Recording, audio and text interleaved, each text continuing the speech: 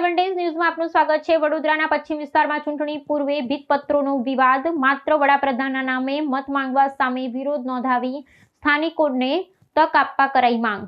વડોદરા શહેરમાં આગામી સ્થાનિક સ્વરાજ્યની ચૂંટણીઓ પૂર્વે ફરી એકવાર રાજકીય ગરમાવો જોવા મળી રહ્યો છે। શહેરના પશ્ચિમ વિસ્તારમાં આવેલા લાલગુરુ ચોક ખાતે રાતોરાત કેટલાક વિવાદાસ્પદ ભીતપત્રો લગાડવામાં આવતા નવો રાજકીય વિવાદ છેડાયો છે। આ ભીતપત્રો થકી સ્થાનિક ચૂંટણીઓમાં ઉમેદવારોની પસંદગીને લઈ ખુલ્લેઆમ નારાજગી વ્યક્ત કરવામાં આવી છે, જેના પગલે સ્થાનિક રાજકારણમાં ભારે ચર્ચા જાગી છે। આ ભીતપત્રોમાં સ્પષ્ટપણે શાસક પક્ષની સ્થાનિક નેતાગીરીનો વિરોધ અને દેશના વડાપ્રધાન પ્રત્યે સમર્થન દર્શાવવામાં આવ્યું છે।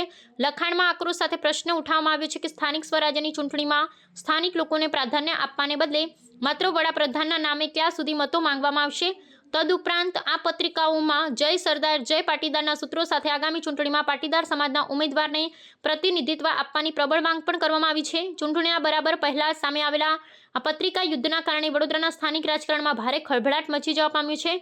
પક્ષના જ અથવા તો સ્થાનિક નાગરિકો દ્વારા ઉમેદવારોની અવગણના અંગે ઉઠાવવામાં આવેલા સવાલોને પગલે શાસક પક્ષના નેતૃત્વ માટે અકળામણ ઊભી થઈ છે। આ ઘટના સ્પષ્ટપણે નિર્દેશ કરે છે કે આગામી દિવસોમાં જ્ઞાતિગત સમીકરણો અને સ્થાનિક ઉમેદવારોની પસંદગી રાજકીય પક્ષોના મોવડી મંડળ માટે એક મોટો પડકાર બની રહેશે।